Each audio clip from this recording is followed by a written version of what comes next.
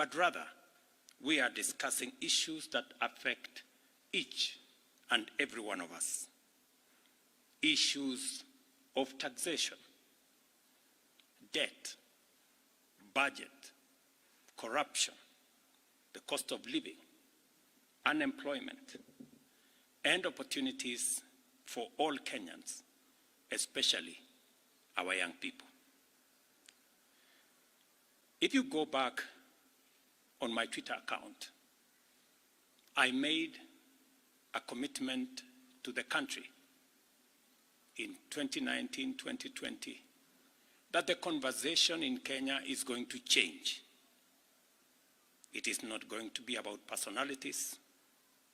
It is not going to be about positions. It is not going to be about tribes. It is going to be about issues. Today, that situation is true, that we are having a conversation about issues in our country. We must all be proud of ourselves that we have managed to elevate the debate in our country to the level of issues that affect all of us. I am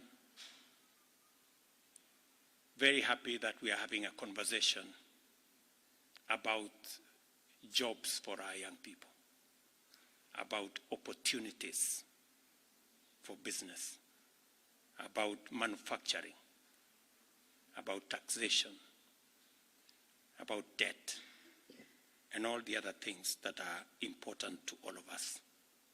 I make this statement to highlight the actions taken in response to the overwhelming public feedback in the recent days, and to fulfill my commitment to continuously and effectively listen to the people of Kenya, and to underscore my intention to always take public contributions in good faith, applying them to enrich policy making, governance, and government programs.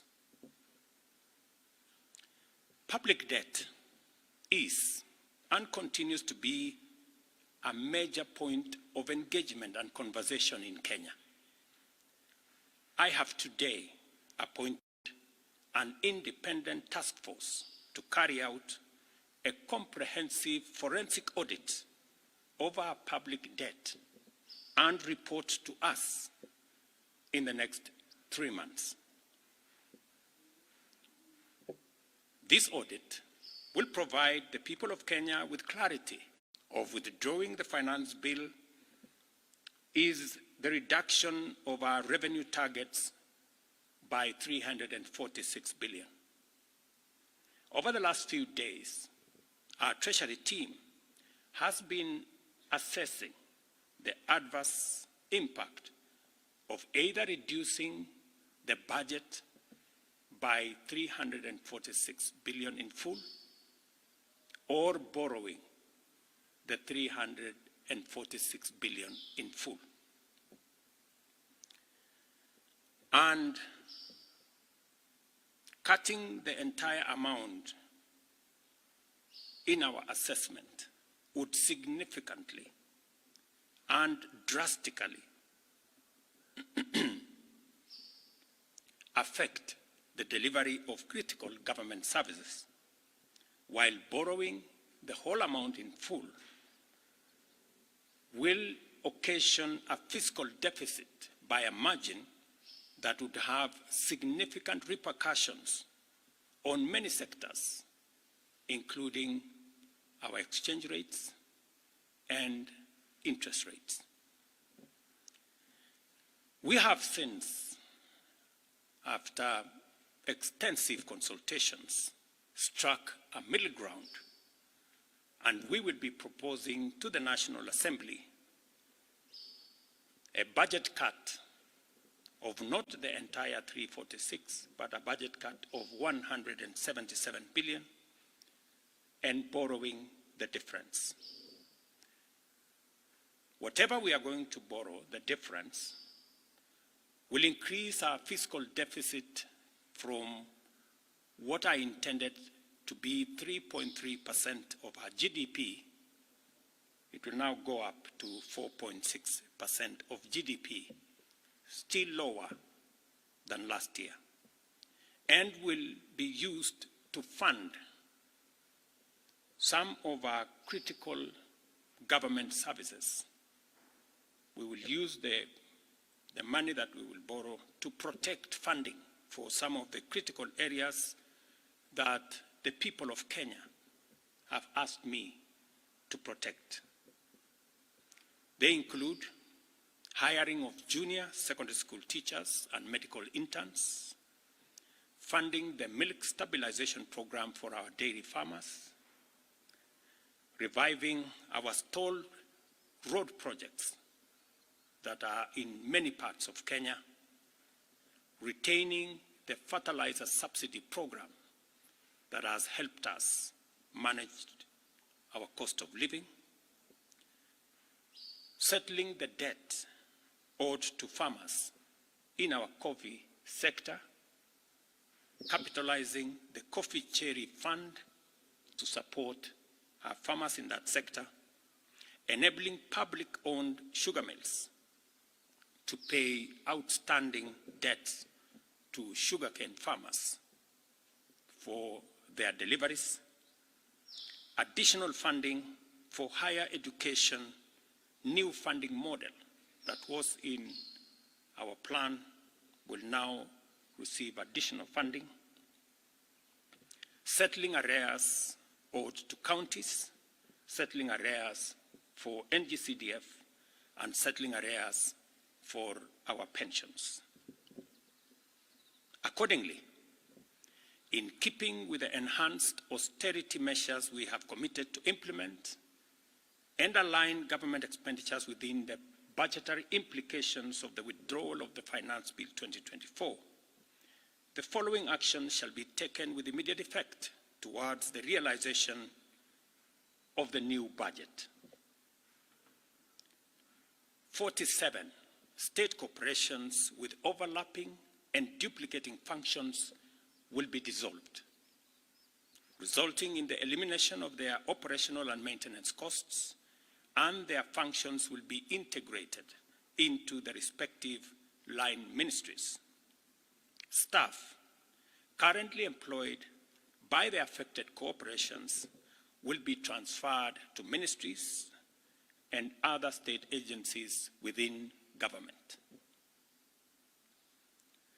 The decision to fill the position of Chief Administrative Secretaries is hereby suspended. The number of advisors in government shall be reduced by 50% within the public service with immediate effect. Budget lines providing for the operations of the office of the First Lady, the spouse of the Deputy President, and the Prime Cabinet Secretary will be removed. Similarly, the budget provisions for confidential budgets in various executive offices, including my own office, have been removed, and the budget for renovations across government reduced by 50%. Henceforth, public servants who attain the retirement age of 60 shall be required to immediately proceed on retirement with no extensions to their tenure of service whatsoever. The purchase of new motor vehicles by the government is suspended for 12 months, except for security agencies, while a new policy on transport for public officers will be developed. All non-essential travel by state and public officers is hereby suspended. No state officer or public servant shall participate in public contributions or haram phase going forward. The Attorney General is hereby directed to prepare and submit legislation to this effect and develop a mechanism for structured and transparent contributions for public, charitable, and philanthropic purposes. These measures will be followed by changes in government that I will be making shortly. We are determined to carry out this and other interventions to improve the quality, efficiency, and transparency in serving the people of Kenya and ensure that citizens receive maximum value for their resources from a public sector that prioritizes their welfare. I believe these changes will set out our country on a trajectory towards economic transformation, enabling us to achieve the strategic objectives of the bottom-up economic transformation agenda and deliver our commitment to radically enhance opportunities for all Kenyans and transform our country. Thank you very much. God bless you, and God bless our great country, Kenya.